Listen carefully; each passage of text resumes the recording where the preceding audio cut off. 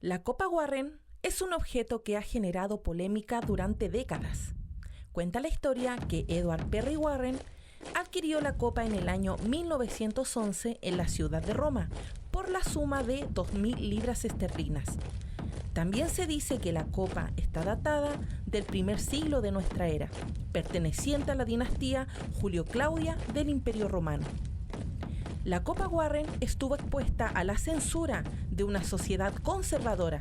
Por décadas, museos y salas de exposiciones la rechazaron por contener iconografía homoerótica. Con el paso del tiempo y un cambio positivo en la sociedad, permitió que en el año 1999 el Museo Británico quisiera adquirirla, pagando la suma no menor de 1.800.000 libras esterlinas. Ese ha sido hasta ahora el objeto más caro por el que ha pagado el Museo Británico. Desde el año 2010, la copa está en la sala 70 del Museo Británico, formando parte de la exposición llamada Una historia del mundo en 100 objetos. Marco Almanza es doctor en Historia Antigua y Ciencias de las Religiones por la Universidad Complutense de Madrid, divulgador y recreador histórico a través de sus redes Demos Religiosus. En esta ocasión nos hablará sobre la Copa Warren y el arte homoerótico en la antigua Roma. Hola amigos, buenos días, buenas tardes, buenas noches, dependiendo del lugar del mundo donde nos vean. Soy Carla Díaz, este es mi canal Investigando la Historia y nos vemos en este día junto al doctor Marco Almanza para hablar de un tema muy importante, muy relevante para el mundo romano, el mundo actual y el mundo de los años 50 aproximadamente, la Copa Warren. ¿Cómo estás, doctor? Muy buenas tardes, buenas noches. Bueno, como decían en la película de Jim Carrey, la de El show de Truman, buenos días, buenas tardes y por si acaso, buenas noches. Así es. Hoy día vamos a tocar el tema, como le decía a mis amigos, de la Copa Warren. La Copa Warren, este objeto bien valioso, bien carísimo, el más caro por el que ha pagado el Museo Británico. Y es una copa, por lo que yo veía las imágenes del museo, con imágenes homoeróticas. Yo te pedí a ti, querido Marco, poder analizar y nos hable de este tema de la Copa Warren, porque según leí la historia, hubo un tiempo en que fue censurada por estas imágenes homoeróticas. En los años 50, incluso el Museo Británico rechazó comprarla, era muy mal vista, estuvo en la aduana para pasar a Estados Unidos mucho tiempo porque censuraban estos actos. Entonces, a mí me pareció llamativo saber que la historia antigua, donde era muy común este arte homoerótico, se censurara en los años 50 acá sin razonar que era un arte de siglos anteriores. Entonces, te quiero consultar por esta Copa Warren, su historia, actualmente, como dije, está en el museo, pero el arte específico, ese arte homoerótico, quiero hablar de él. Bueno, pues resulta que la Copa Warren es una copa de plata. Parece ser que está datada en el siglo I después de Cristo. Se dice que se ha encontrado en una ciudad de Jerusalén, cerca de Jerusalén, y junto con unas monedas de Claudio, ¿no? Del gobierno del emperador Claudio. Y entonces eso lo compró un europeo, que era Warren, Edward Perry Warren, que además era coleccionista y escritor estadounidense. Y él, por ejemplo, compró, parece ser, esta copa de plata, donde efectivamente aparecen escenas homoeróticas, es decir, aparecen donde hay hombres copulando con otros hombres. Y es curioso donde aparece en dos caras, ¿no? Una pareja masculina haciendo el amor también, y en la parte de atrás, en la cara, digamos, B, hay otra pareja haciendo el amor. Sin embargo, hay una quinta persona que aparece en esa copa, que es uno que se esconde detrás de una puerta. Un boyerista. Un boyerista, efectivamente, un mirón.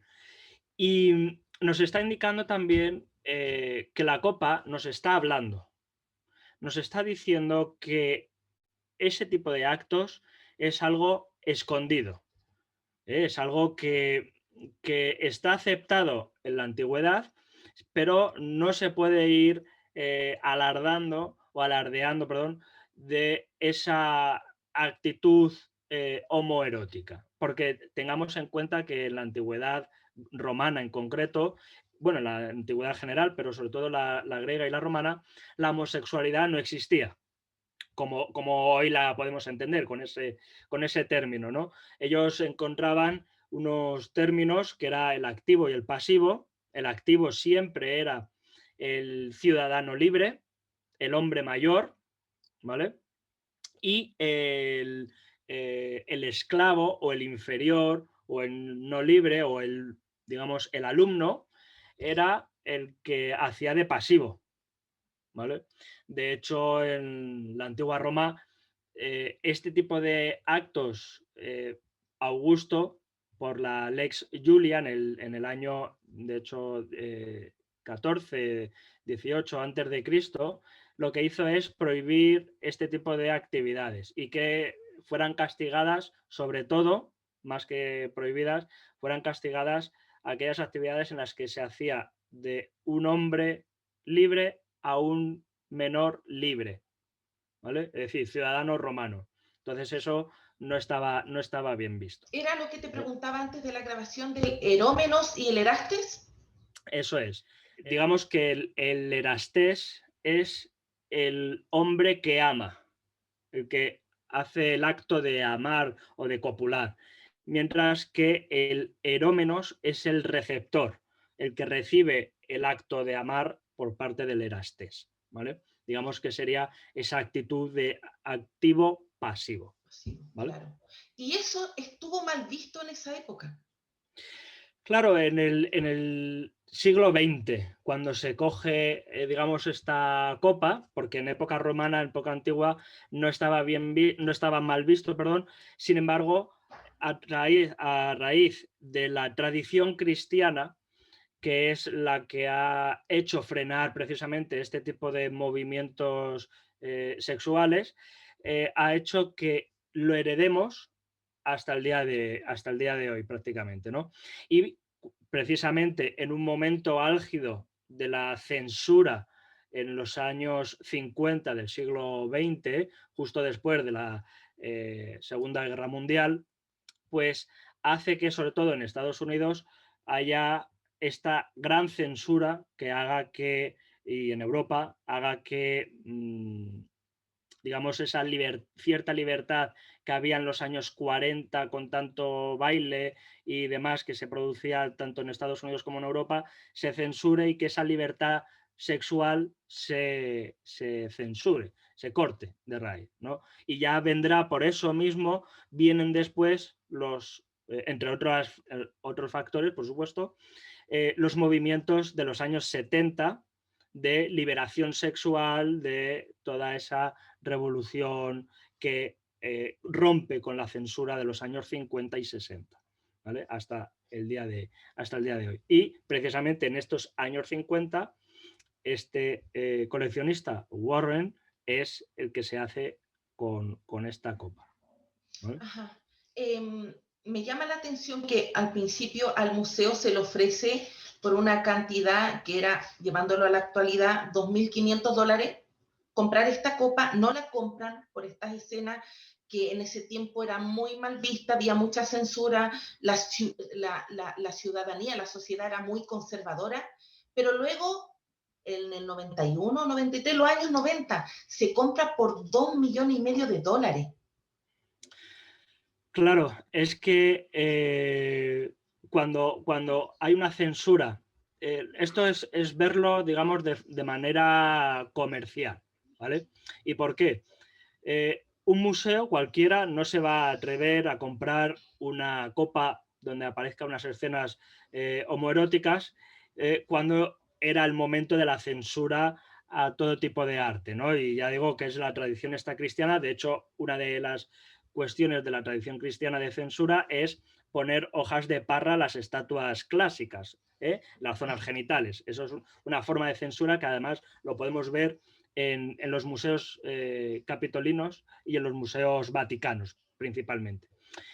Entonces, claro, esta censura de la Copa Warren, cuando lo normal en esta época era declarar que la unión válida y única era la de un hombre y una mujer, si la Copa hubiera tenido una relación heterosexual, la Copa hubiera sido expuesta en esos años 50 fácilmente, porque lo que te está mostrando es algo que para ellos, para la gente de mediados del siglo XX, era algo normal, era algo necesario. Y coincidiendo precisamente con esta misma idea de época romana, que la unión entre un hombre y una mujer era solo coital de procreación, ¿vale? Pero en este caso se hace esa censura y claro, llegan los nuevos tiempos, ¿no? En estos años 90, como bien has indicado, que hay una apertura de mente, también hay en esos años producto, ¿no? O, digamos resultado, mejor dicho, de esos movimientos de los años 70, 80 de liberación de la sociedad, tanto sexual como cultural, etcétera, etcétera. Llegan los años 90, que es también una gran diversidad, aunque siga habiendo esos pensamientos conservadores, retrógrados, digamos, pero sí hay una apertura, digamos, artística en este sentido, ¿vale? Entonces ahí es cuando el Museo Británico dice, bueno, pues voy a adquirir la copa más cara, es verdad, pero porque se ha revalorizado en ese sentido, pero voy a atraer a un público ávido de esa curiosidad erótica, ¿vale? Como me lo han prohibido, ahora es el boom de ese comercio erótico. Entonces, curiosamente, coincide también en estos años 80, 90 con un comercio de la prostitución en Europa y en prácticamente todo el mundo, donde hay ese boom de la libertad sexual. Y es donde aparecen la mayoría de las enfermedades y contagios sexuales, ¿no? Entonces, curiosamente, es a partir de los años 70. Entonces, claro, en estos años 90 es cuando se expone eso y es cuando reciben un montón de público al museo. Claro, una buena técnica de marketing fue la que usó el Claro, Museo Británico. claro. Y yéndonos a la copa en sí, Marco, ¿ha recibido algún tipo de análisis? ¿Ha sido verificada su datación? Bueno, lo que tenemos que decir es, bueno, los datos que expone el Museo Británico es, como hemos dicho antes, una copa de plata datada aproximadamente en el principio del siglo I después de Cristo, más o menos época de Claudio, donde aparecen unas escenas teóricamente homoeróticas, representando escenas o vida cotidiana de época romana, pero hemos de decir, y esto es para que la gente empiece a abrir los ojos un poco más, es que la Copa Warren es falsa. La Copa Warren es una falsificación de principios del siglo XX, precisamente creada por este coleccionista o por petición de Warren a un artista italiano que es Fausto Benedetti, ¿vale? Entonces, los análisis químicos del metal sí indican que es plata, evidentemente, pero indican que el metal, la datación, es tan reciente como principios del siglo XX. ¿Esto qué quiere decir? Esto quiere decir que lo que se está exponiendo en el Museo Británico referente a la Copa Warren, no lo digo yo, lo dice, por ejemplo, Mary Bell y MacGregor, que son dos historiadores, uno más conocida, ¿no?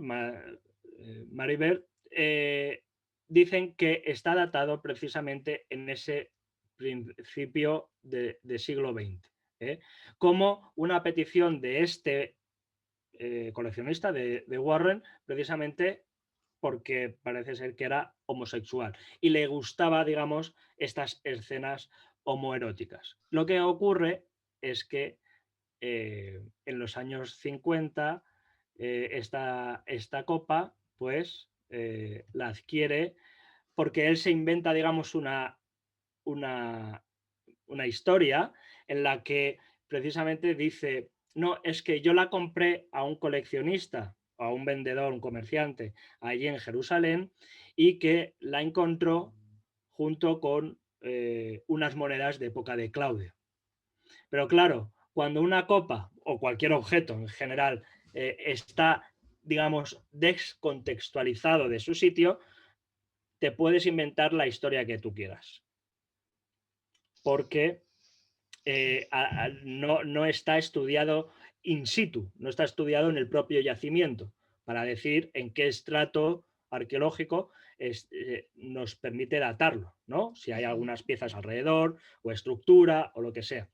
Claro. Entonces, la Copa Warren estaba teóricamente en la historia de este hombre, lo había comprado a un comerciante. Ujú. ¿Sí? Bueno, leyendo de la vida de Warren, era interesante esto, poseedor de una enorme fortuna. Efectivamente, él era homosexual, leí que fue muy mal visto, muy rechazado por su familia en Estados Unidos, que él se traslada a vivir a Europa. Y en Europa, esta casa enorme que tiene tipo mansión, la habilita para coleccionar sus piezas de arte clásico y todo referente a este arte homoerótico. Claro, él a principios del siglo XX, no solo él, sino muchísimos otros coleccionistas expolian literalmente yacimientos y lugares arqueológicos en pro de ese coleccionismo. De piezas del mundo clásico griego y romano principalmente, aunque también lo cogerán del mundo egipcio y mesopotámico. Pero bueno, y en otros lugares también, pues el tema de mundo celta, británico, etc. Pero la cuestión es que a lo que a ellos les importaba principalmente es las piezas cuanto más enteras mejor.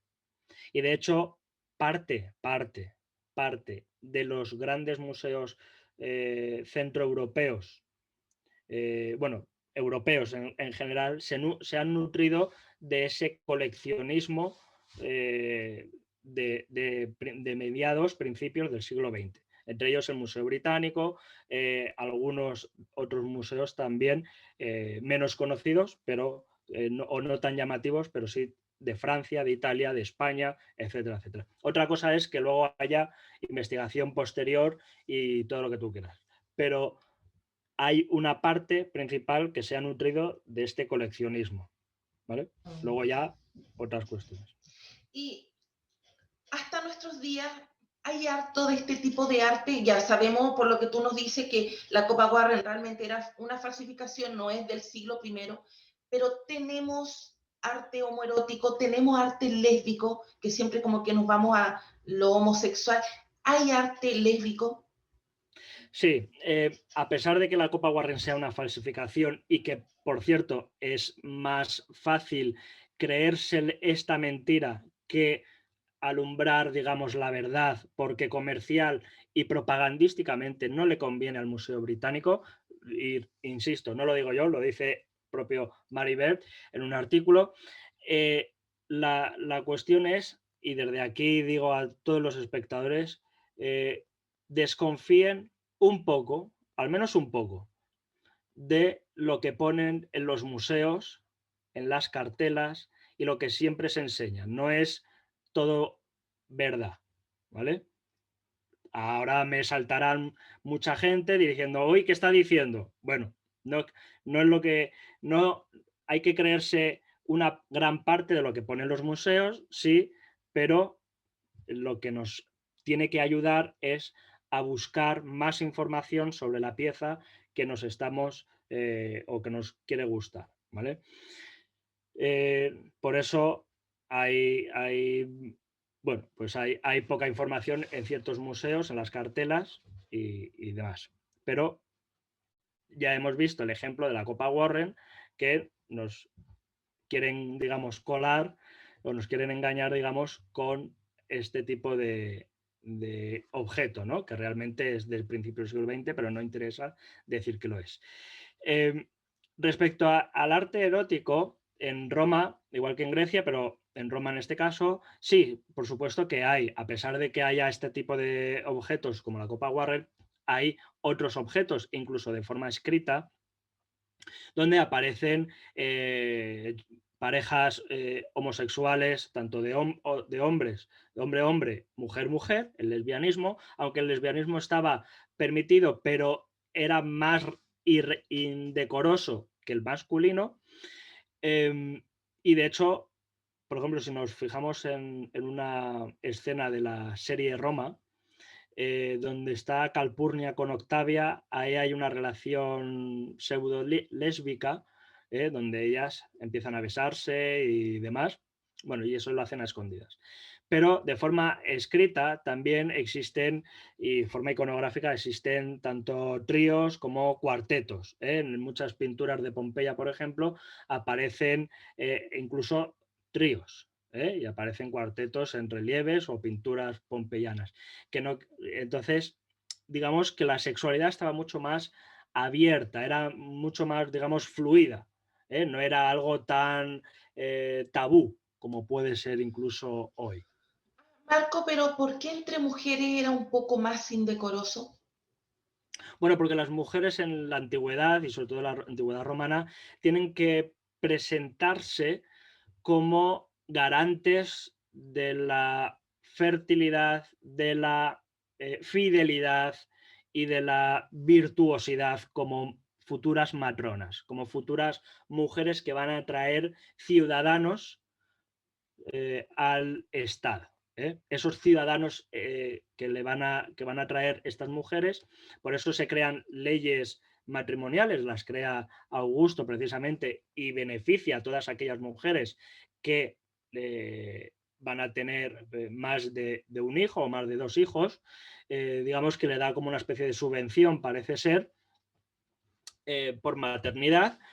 Fíjate que estamos hablando de hace 2000 años, una especie, digamos, por así decirlo, pequeña subvención por maternidad. Y ahora estamos peleando precisamente por esa subvención de maternidad en ciertos países, ¿no? Entonces, la cuestión es que hay todo este tipo de entramados eróticos, tanto en digamos, literatura, Catulo, Ovidio, por ejemplo, en el arte de amar, nos dice muchísimas cuestiones relacionadas, ¿no? O, por ejemplo, si te parece, voy a enseñar una lucerna, ¿vale? Con esta escena eh, homoerótica o heterosexual, porque no se sabe bien quién es la persona pasiva. Bueno, pues aquí vemos a esta escena sexual, ¿no? Luego, claro, los romanos también hacían paseos de sus genitales, en representaciones genitales, ¿no? No es que fueran ellos desnudos, sino que eran representaciones genitales, por ejemplo, en las Liberalia, donde existía la procesión de un gran falo por varias calles de Roma, en donde el falo, digamos, era la representación de la virilidad, de la fertilidad y que incluso se ponían en amuletos, ¿no? Como este, por ejemplo. Claro, la doctora Ana Vázquez hoy tiene varios falos. Sí, además es una experta en esto, tengo la suerte además de conocerla en persona. Y, y hay distintos tipos, luego el que más uso yo para mis recreaciones es este de un pequeño falo con alas, ¿vale? Los Falo testículos alado. traído de Pompeya. Y claro, otras relaciones, digamos, sexuales o eróticas, pero que no tienen que ver con la sexualidad en sí como hoy podemos entenderla, sino con la parte, digamos, más procreadora, ¿no? Que son una serie de exvotos, por ejemplo, del útero, donde se pide a la divinidad que el útero sea propicio precisamente para un buen embarazo, ¿no? O para curar ciertos dolores, o la menstruación, o por ejemplo, el pecho, ¿no? El pezoncillo Sí. femenino. Entonces, estas escenas, digamos, estos objetos son cotidianos, ¿eh? En este sentido, hay pinturas, hay grafitis, digamos, en las paredes donde aparecen escenas incluso no relacionadas con los burdeles de Pompeya, sino como burla también, utilización y demás, ¿no? Y luego hay una cosa que conocerán muchos de los que vayan a ver el vídeo, que son las llamadas Sprintiae, ¿vale? Estas Sprintiae siempre se ha dicho que, y ahora las enseño, a ver si consigo por lo menos sacar bueno, estas Sprintiae, ¿vale? Yo tengo aquí una cajita, un regalo, de varias moneditas, luego ya las pondremos para que se vean mejor, pero por ejemplo, esas escenas, siempre se ha dicho que son escenas eróticas y que es parte de una moneda, ¿no? De intercambio en un burdel, ¿no? Porque digamos que los burdeles, que eran sitios, digamos, no propicios para que la cara del emperador esté presente y circulando por allí, entonces parece ser que se intercambiaba, había un intercambio de monedas por este tipo de sprintías, ¿no? La moneda normal de circulación por la de estas sprintías. Y entonces, otra teoría podría ser que estas monedas en la parte de atrás ponía un número y podría ser la habitación donde se ejercitaba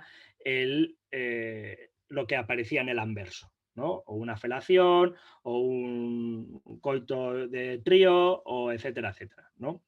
Bien, pues todo esto es falso. También, también las sprintías es falso. De hecho, el nombre no es romano, no es el latín original, no sabemos cómo se conocen este tipo de monedas en su origen. Y este tipo de sprintías, además, es un nombre de finales del 18, 19 en adelante, y curiosamente ninguna de estas monedas se ha encontrado en un burdel. Se ha encontrado en zonas, por ejemplo, áreas civiles alrededor de un campamento militar o otras áreas, ¿no? Pero nunca dentro de lo que es un burdel. ¿Y por qué? Lo que nos está queriendo decir es que las llamadas sprintías, que además hay algunas que se utilizan como amuleto, porque es la moneda, digamos, que tiene un diámetro de unos 2,5 centímetros aproximadamente, entonces no es una moneda al uso. Entonces, muchas de ellas aparecen con un agujero en la parte de arriba como forma de colgante, de amuleto incluso, ¿no? Hoy, por ejemplo, muchas personas llevan a veces una moneda colgando aquí, o se llevaba, por lo menos aquí había antes una moneda en España, que era la de los 5 duros, la de 25 pesetas, que tenía un agujero en medio y mucha gente lo llevaba colgando aquí, como un elemento de fortuna, de atracción del dinero, ¿no? Pues esto sería más o menos lo mismo, ¿no? La atracción de esa buena suerte, del dinero, del trabajo, etc. Y entonces, incluso hay sprintías donde aparece la cara del emperador, por tanto, no pueden ser elementos de prostíbulo, ni significa el número de la habitación, ni significa tampoco el ejercicio de la lupa, ¿no? Entonces, parece ser que son fichas de juego. Parece ser que son de época de Tiberio, pero hay otras cronologías que también lo van moviendo, pero son fichas de juego. Como hoy las fichas de un parchís, pues podíamos utilizar estas fichas, por ejemplo, ¿no? O al azar, ¿no? Tirarlas así al aire, al azar, y que caiga pues la cara o el número, ¿no? O cosas así, el juego que queramos utilizar para unas monedas. Entonces, esos son, parece ser, fichas de juego y no monedas de intercambio en los prostíbulos, ¿Y ¿vale? de qué época serían? De época de Tiberio, de principios del siglo I después de Cristo. ¿Vale? Del gobierno de Tiberio más o menos, porque parece ser que, bueno, de hecho, no se sabe si las utilizó él o no. Estamos hablando de Tiberio, Calígula. En ese periodo es donde este tipo de moneditas se utilizaron. ¿Eh? Y además el tema de las espintillas y demás objetos eróticos, hay una cosa muy curiosa que es que relacionado con lo anterior que estábamos hablando de lo de activo y pasivo, el que la persona que hacía de pasiva, sea una mujer o un hombre, era la que estaba mal visto, ¿vale? De hecho, el hombre no podía, en la antigua Roma, no podía estar sometido a la mujer porque no era un hombre completo, por así decirlo, ¿no? Como podemos entender hoy de un macho entero, ¿no? Entero y derecho. Entonces, claro, cuando un hombre era sumiso es porque es un esclavo, porque el hombre, el esclavo es el sumiso, ¿no? Ante un dueño. Entonces, en este caso, estos elementos de sumisión se dieron más de lo que se piensa, de un hombre hacia una mujer. De hecho, había unas dominas que estaban especializadas, digamos, en este tipo de, vamos a decirlo como hoy para entenderlo, como arte BDSM, ¿vale? Entonces, había ese tipo de sumisión del hombre hacia la mujer en cuanto al tema sexual. De hecho, había unos lugares específicos que se llamaban las Statio Cunilingorum, que precisamente eran, eran sitios donde el hombre iba a hacer un cunilingus a una mujer. Eran específicos para hacer eso, las Statio Cunilingorum. Entonces, había sumisión, digamos, en ese sentido. Bueno, eso sonó a trabalengua. Sí. Bueno, el cunilingus realmente es esa práctica sexual bueno, pues ya se sabe, ¿no? Entonces, el caso es que eso se practicaba. Uh-huh. Se practicaba en estas estaciones, ¿no? Que se llaman las statio. Uh-huh. Lo que pasa es que en la vida normal generalmente no se hacía ese tipo de actos, solo era para la procreación, pero bueno, eso ya también del dicho al hecho hay un gran trecho, ¿no? Como uh-huh. Dice precisamente, ¿no? Seguramente haya parejas que se amen y hagan todo tipo de relación, habrían hecho todo tipo de relaciones sexuales entre ellos, ¿no? Exacto. Relación oral y física. Querido Marco, de verdad que estoy súper agradecida porque cuando me sonó esto de la Copa Warren, yo dije, a ver, es de Roma, época romana, como decían que estaba del primer siglo, yo dije ya, el doctor Malcolm Mansa. Apenas te avisé, tú de inmediato te ofreciste para poder explicarnos sobre este tema, así que de verdad que es maravilloso, te agradezco y agradezco poder contar con un experto como tú para tratar estos temas. Siempre yo digo, es maravilloso porque uno puede leer un libro, puede ver un reportaje, pero tratar con un doctor especialista en Roma es maravilloso, porque es la manera en que nosotros vamos a poder comprender un poco más esta historia antigua. Claro, si te la cuentan, digamos, de una manera determinada, pues puede llegar incluso a picar esa curiosidad para poder leer, lo que decía antes, poder leer más sobre este tema. Y lo que yo siempre digo a los alumnos y a la gente que me escucha es que siempre duden de lo que se les explica, para que puedan buscar más información. Sigan indagando, así es. Así que bueno, cuando yo sé que tú vas a estar disponible para investigando la historia cuando surja más dudas de Roma. Todos te busquen ahí en las redes. Siempre estás muy activo a través de Instagram, de Facebook, en YouTube. Y nos despedimos hasta una próxima vez que nos veamos. Encantadísimo, Carla. Para la próxima vez, aquí estamos. Sí. ¿Ves que me despido de alguien? Los perros ladran, es horrible. Un abrazo enorme, Marco, que esté muy bien. Igualmente. Adiós.